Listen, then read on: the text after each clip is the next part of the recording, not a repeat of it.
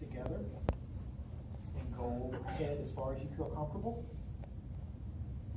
So this young man presents with a lack of core strength because he had to hyperextend this rib cage to get his arms to go that far. His right arm doesn't drop. His right hamstring goes more than his left. His internal rotation on his left is more than on the right when it shouldn't have been that way. His hip external rotation is more on the right when it should have been more on the left. All of this is a lot of mumbo jumbo to y'all. All you got to know is there's something funny and it stinks. He's got hip impingement as a result of it. Are y'all cool with that? One more thing, and then let's see if we get into a little bit of techniques to correct some things. Okay? Will you do me a favor? Bring your arms back down. Lay on your right side for me. And would you get there? You bring one of those benches. Kind of bring it close to us because we're going to use it. So we're going to look at his hip flexors. This is called a modified over. Bend at your knees, bend at your hips. So bring them up. And just relax. And somebody got a backpack that doesn't have a computer in it, so I can put it underneath his head.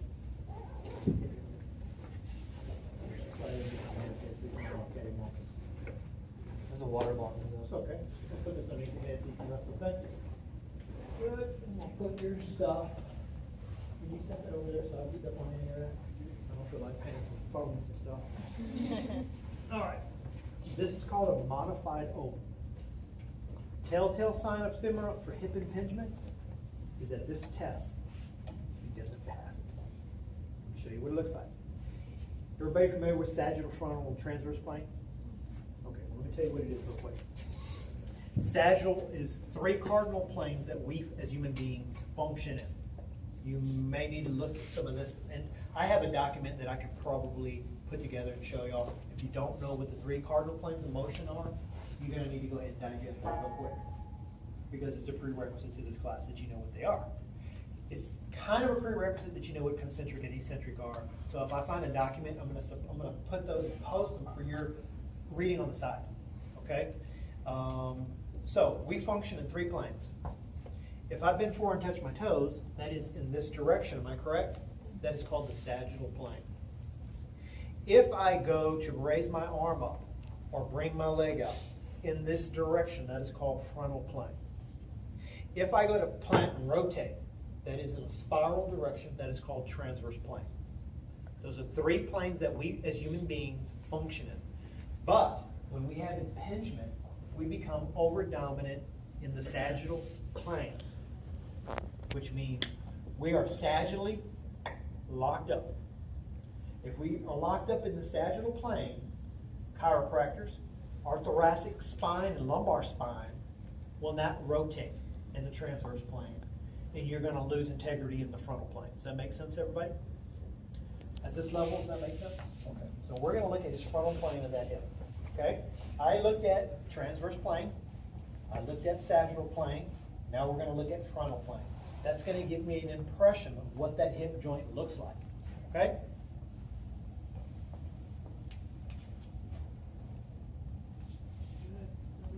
Support, you can hang out. I'm not going to do anything herky-jerky with you, okay? And what I'm hoping is that that knee drops. And that's not as far as it's going to go, and it should actually drop all the way plumb to the ground. If I let it go here, it will, because there's no integrity. I didn't stabilize it. Does that make sense? You need to compensate. We cheated. But if I support here, I get them over here, and I stabilize, and I gently lower that down, that's it. We don't want to see that. It needs to drop. We're going to have him turn so I can test the other side, okay? That's called a modified over. That's a frontal plane test. Us human beings function in all three planes. This is frontal. Hamstring was on his back. That is a transverse plane, sagittal plane test. It's in this direction. Rotation is a transverse plane. I'm looking at 3 dimensions because we function in 3 dimensions. Now, I could bypass all this and have him do a squat, which which would look a whole lot different than his gait. Because in squat, you cannot cheat. Something's gonna come up. So we're gonna look at a squat after I look at a couple more things. Now, what do y'all think I'm doing here? What am I doing with him? I'm kind of screening him out, aren't I? I did not ask him what side he had pain on. He doesn't have to tell me what side he has pain on. I objectively am gonna figure that out.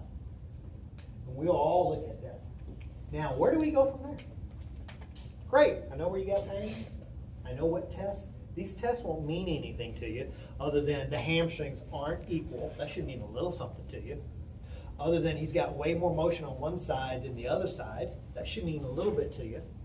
This knee should drop to the ground and it doesn't. That should mean a little bit to you, okay? Traditionally, this side drops without any problems. The other side did not drop all the way. Y'all remember that? What is this test called? Modified Ober, O-B-E-R. You're going to learn that this semester. And I'm just going to support and lock this down. Let's see what he's got. Does it drop further? Yeah, it does. Yes. That's the pattern that you traditionally see. Sit up for me, stand up for me. Sit on top of the bench for me. So one side drops and the other side doesn't. That seems kind of funky. Should both sides drop? Shouldn't we have good frontal plane movement, good transverse plane movement, and good sagittal plane movement for an athlete? I think we should. In layman terms, I want my hamstrings working equally. I want my hip muscles working equally. I want my hip joint to glide equally. If it doesn't glide equally in my socket, it's not going to drop to the floor. Does that make clear? So what I'm going to have you do is lie back for me. Keep your knees bent. Scoot towards me a little bit. All right. So lie back, be comfortable. I'm going to take both legs up to your chest. This is called a modified Thomas. It's to check the integrity at the front of his hip capsule, front of his hip. Okay? Now, given everything that I've seen so far with this young man, I don't think he has any tightness. Because I haven't seen one part of his body that really had any tightness. Now, is limitation the same thing as tightness? Just because something limited doesn't mean that it's tight. You could be in a bad position. Okay? So I'm going to hold that leg there, and I'm going to drop this leg down. About as loose can get. And I'm going to tell you what tight is, and I'm going to tell you what loose is. Let's sit up on it. If he was lying there, and I took his leg, and I dropped it down, and it stayed lingering in the air, and it dropped down to the ground, something is restrictive right there, right? If this is tight, and I go to drop, it's going to stay in the air. If it's not tight, it's going to drop down to the ground like his did. Everybody following me on that? All right, so he has impingement in his hip. All we know so far is this young man has got way too much mobility where he should not. If he stretched anything, it could contribute to his problem. As a strength coach, as a sports medicine athletic trainer or personal trainer, if I didn't know that, and I'm going to go and stretch him because he's got hip pain, I am giving him more pain. I am giving him more problems. All y'all got to know right now is he is way too limber because his hamstrings go way over here. His hip flexors drop way back there. He's got way too much hip internal rotation. He does not have integrity to give him support. So let's just think outside the box here. Y'all are not clinicians. If somebody's loose, what do you do? Don't you give them some stability somewhere? All right. Would I start in a sagittal plane, a frontal plane, or a transverse plane? Where do we start first? What's the simplest plane that we can function in as human beings? Sagittal plane. We give it some sagittal plane integrity. What sagittal plane muscle exists on the back side of your thighs? Hamstring. So you're saying for his hip impingement, I could give him a sagittal plane exercise that includes a hamstring. Yes, That would not be a bad place for him to start. Let's get a little deep with this now. Would I incorporate any core work with him? Remember that rib cage that looked like he didn't have any control? He needs some core work in his world, and I'm still talking about hip impingement. Remember when I had this young man up in the front of the room? Did the core tie into the hip? So why would we not include that in our training program? Would I have to do crunches all day long? No. That wouldn't make a lot of sense to do crunches, would it? Okay. So are we starting to think like maybe a little bit of a good trainer, a good clinician, or a good whatever? Do you understand what I'm trying to impress upon you, that if you don't spend the time in understanding mechanics, sports medicine, you don't get people better? Now, would you do me a favor? Would you stand up for me? Would somebody grab a dowel rod as quickly as they could and come back with it? I'm going to watch you functionally squat. There's more than one way to figure something out. We looked at it walk. I already figured some things out. We looked at a static posture. I started putting some things together. I showed you some orthopedic tests that solidified what I was thinking was correct. Now I can watch him do a dynamic activity. So what I'm going to have you do is point your toes plumb at 12 o'clock. I'm 12 o'clock. Take that dowel rod, put it on top of your head. Good? Now, go ahead and set it down on your head first. And I'm going to set your arms in at a 90 at the elbow. Boom. At least I can make it objective, so if I wanted to repeat the test next time, I could repeat it because I objectively put him at 90 degrees. I objectively put his feet straight ahead. Because if I test him again, he's way out here, he's way out here, he may not be the same. If you're going to repeat something, look at it. So press your arms overhead now. Now, go ahead and go into a squat. Do whatever you feel comfortable with. Go my hands like this. Just whatever. Hold on. Put those feet back. Now put the feet back. Yeah. Okay. Just stay with those feet tight. Okay. You drop into a squat, whatever feels comfortable to you. I am not telling you to go into a painful position. Now, one thing I want to point out to everybody in this room: if you haven't seen something that I already see, you don't get that clinical eye yet. He's got hypermobility in the joint called the shoulder. He's got an overly extended back. He's got an overly tipped pelvis, and he lost integrity in his anterior core.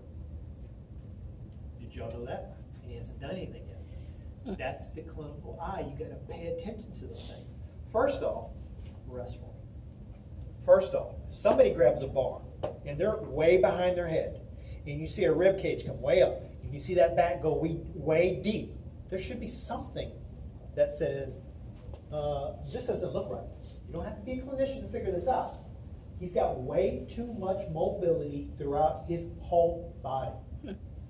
And now I'm going to ask him to do something neuromuscularly challenging, called a squat, and I want to see if he can give it to me.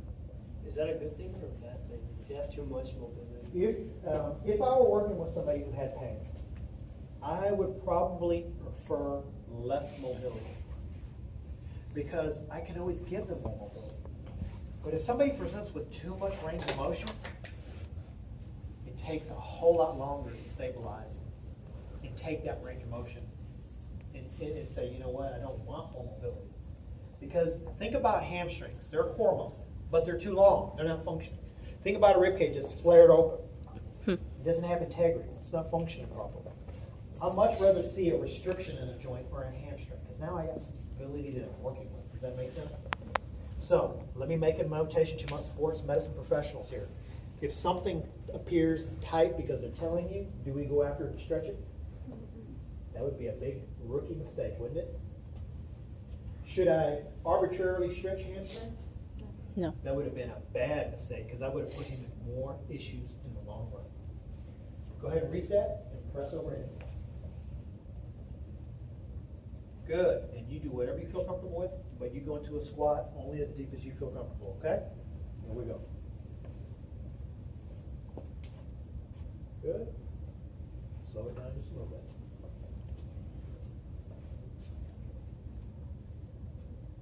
Nice. Everybody okay? Can you do me a favor, my man? Mm-hmm. Can you reset everything, but now face towards the windows on this side, so they can see a different view? Good. Press overhead. squat yet, you'll see that loss of integrity because he's got too much curve. It's called lordosis, right? Go ahead and go into your squat. Point your feet straight if you can. Here we go.